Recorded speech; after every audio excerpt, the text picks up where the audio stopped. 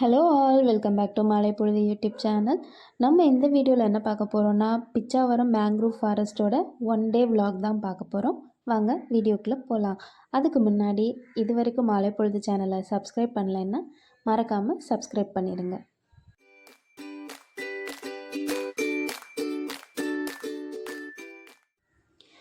இந்த Pichavaram mangrove forest எங்கே இருக்குதுன்னு பார்த்தீங்கன்னா, சிதம்பரத்துக்கு பக்கத்தில் தான் இருக்குது. ஸோ நம்ம சென்னையிலேருந்து போகிறதுக்கு 230 கிலோமீட்டர்ஸ் ஆகும். நாங்கள் இதை 1 டே ட்ரிப்பாக பிளான் பண்ணதுனால ஏர்லி மார்னிங் 5 o'clockலாம் சென்னையிலேருந்து ஸ்டார்ட் பண்ணிட்டோம். ஸோ அப்போ தான் ஒரு 11 o'clock அந்த மாதிரி போய் ரீச் ஆனோன்னா நம்ம போட்டிங் போயிட்டு அதுக்கப்புறம் லஞ்ச் போகிறது அப்படின்ற மாதிரி கரெக்டாக இருக்கும்னு சொல்லி நாங்கள் பிளான் பண்ணி போனோம்.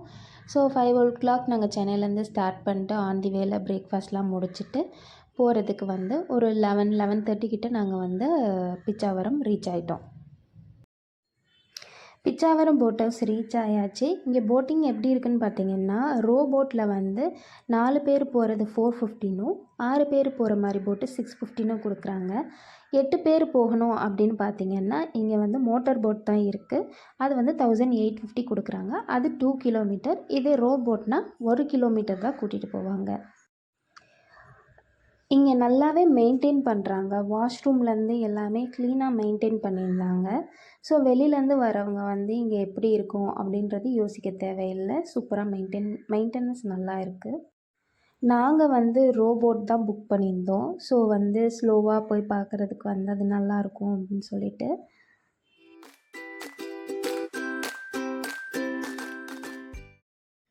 பிச்சாவரம் தான் வேர்ல்ட்லே செகண்ட் லார்ஜஸ்ட் மேங்க்ரூவ் ஃபாரஸ்ட்டுன்னு சொல்லுவாங்க. இது தமிழில் அலையாத்தி காடுகள்னு சொல்கிறாங்க, சதுப்பு நில காடுகள்னு சொல்கிறாங்க. இந்த இடம் பார்த்திங்கன்னா நிறைய படம் ஷூட்டிங் இங்கே எடுத்திருக்காங்க. பேராண்மை, துப்பறிவாளன் அந்த மாதிரி படம் எல்லாமே இங்கே தான் ஷூட் பண்ணியிருக்காங்க. கவர்மெண்ட் இங்கே நிறைய இடத்த பார்க்க முடியாமல் ரெஸ்ட்ரிக்ட் பண்ணி தான் வச்சுருக்காங்க. ஸோ அந்த 1 கிலோமீட்டருக்கு எவ்வளோ போக முடியுமோ அவ்வளோ தான் கூட்டிகிட்டு போயிட்டு வருவாங்க. சுனாமிக்கு முன்னாடிலாம் பார்த்திங்கன்னா இங்கே நிறையா தூரம் சுற்றி பார்க்குற மாதிரி அலோவ் பண்ணியிருந்தாங்களாம். ஆனால் அதுக்கப்புறம் நிறையா இடத்த ரெஸ்ட்ரிக்ட் பண்ணிட்டா தான் அங்கே சொன்னாங்க.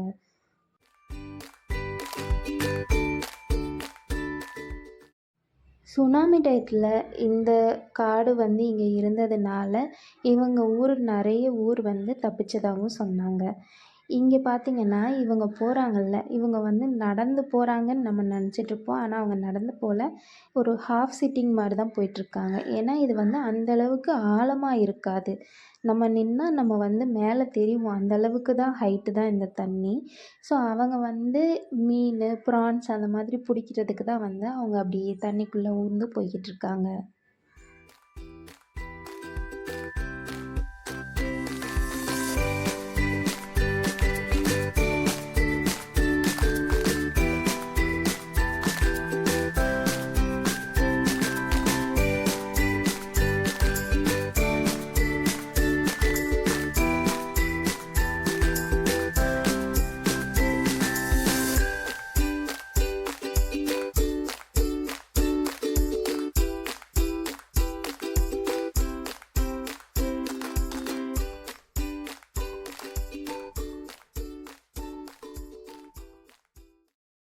இப்போ பார்த்துட்ருக்க இடம் என்னன்னு பார்த்தீங்கன்னா, சுனாமிக்கு முன்னாடி இங்கே ஒரு கிராமம் இருந்திருக்கு.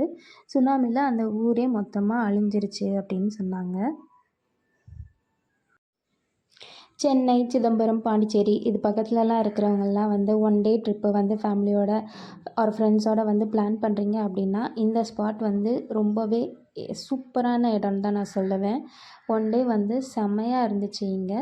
இந்த போட்டிங் முடிச்சுட்டு வெளில போனோன்னா நம்ம ஸ்டார்டிங்கில் நிறைய போட்ஸ் நிற்கிறத பார்த்தோம்ல, அந்த இடத்துல லைனாக ஹோட்டல்ஸ் இருக்குது இங்கே.